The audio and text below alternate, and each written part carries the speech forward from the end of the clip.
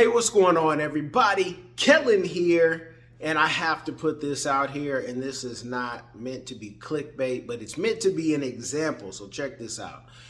Tasha K in Africa, some say, and I haven't watched any other videos because someone had called me and said, did Tasha K really move to Africa not to pay Cardi B? Look, you guys know, I know a lot of people and know people who know people, but even if I knew, I wouldn't tell y'all because that wouldn't be my business to tell. What I will say, to use this as an example, is please don't come running to Africa if you think that you're going to avoid something. For all we know with Tasha, her husband's from Africa. So she might be visiting family. You don't know who died. You don't know who was born. Very African thing. It might be convenient to you. It might make a good story. But did she go to Africa to avoid paying Cardi B? Well, let me tell you why I don't think that is the fact. One, even though Mali does not extradite, neither does Cameroon. But if you look through your Google, because we don't have to name drop over here.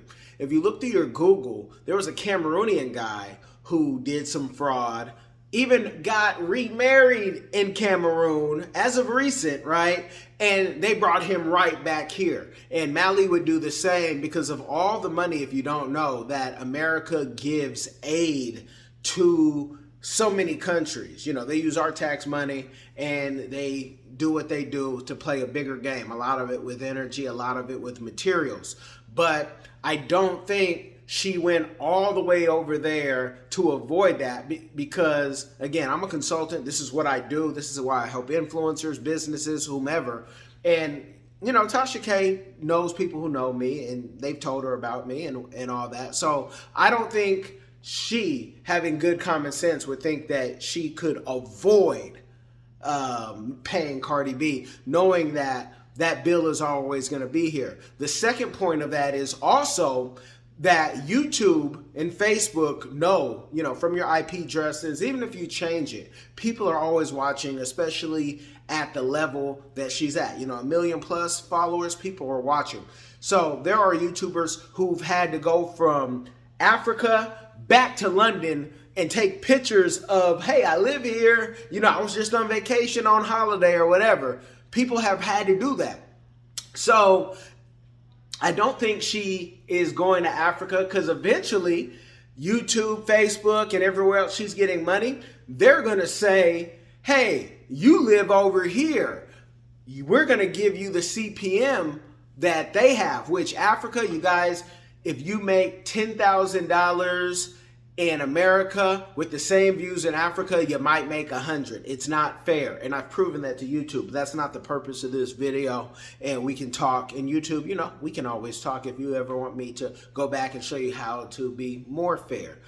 But if she's out in Africa and her CPM gets cut in more than half, she's not going to be happy, and she's going to come right back here. I'm sure they have her on some type of payment plans. For those of you who know how judgments work, they'll work with you. Even the IRS will work with you. But yeah, I don't think that's going to be the case for the long term, because once she sees that CPM change, even if she stays on holiday, you know, when we go and we take our travels, I don't have to worry about monetization at this point because, you know, those little pennies that trickle in, they're not worried about that and they'll let you go. But when they're paying $20,000 a month, $40,000, and basically you're a partner of YouTube, and that's really what that Cardi B case, it made her always going to work for YouTube, or she'll get a TV deal, strike a TV deal. Holler if you need help with that ever.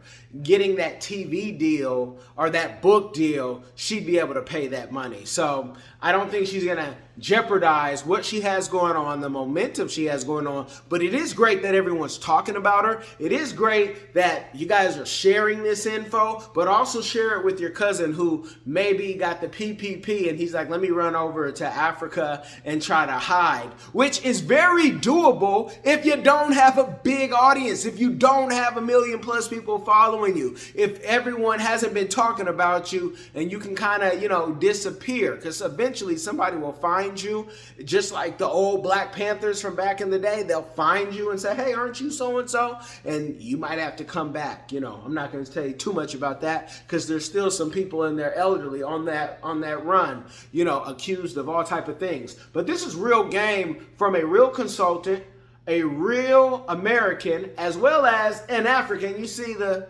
flag in the back, Sierra Leone. You see the Cameroon lion, and you see all that. So these are things from somebody who has invested in Africa. There's somebody who has, you know, worked different deals and understands something about how the laws work. And we help our clients with that. If you want to create a business in Africa, even if you want to take a tour, we have, you know, trips I'm always talking about on wherever you hear or see this. But yeah, that's why I don't think Tasha K is going to permanently move to Africa, because folks are going to want that money. And check this out. This is what would be a terrible scenario, but it's funny. You go to Africa, you don't pay your money, right? Even if it was child support. Ask Usain Bey, Mos Def. If you don't pay that money, when your paperwork isn't right. Now, you can buy anything in Africa, but again, they can always bring you back when you're doing things the right way, especially. But let's say YouTube says, hey, we want you to prove that you're still in America. You haven't been here in a while. And you come back to America just to get trapped, and they take your passport because you say you have an outstanding judgment on you.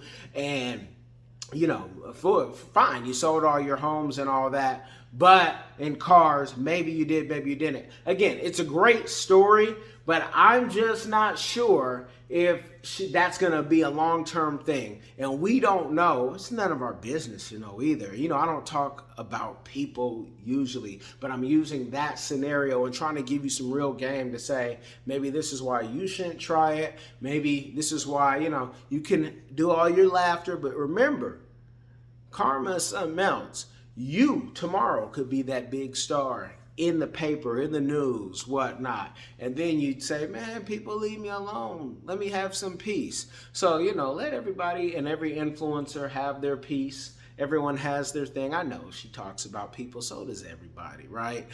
Except me. I'm talking about business and letting people talk, whether it's on this channel or the Diversified Game podcast, where we talk to millionaires, to multimillionaires, to that starting entrepreneur, to give you the game. So check that out, diversifiedgame.com. Been doing it strong. And, you know, if you are one of those future millionaires or you're starting, you hit me up on that channel, holler at me. We want to know your story. We want to talk to you to give the game. That's what it's all about. I am Kellen Cash. Peace, y'all. Be blessed. Share the game.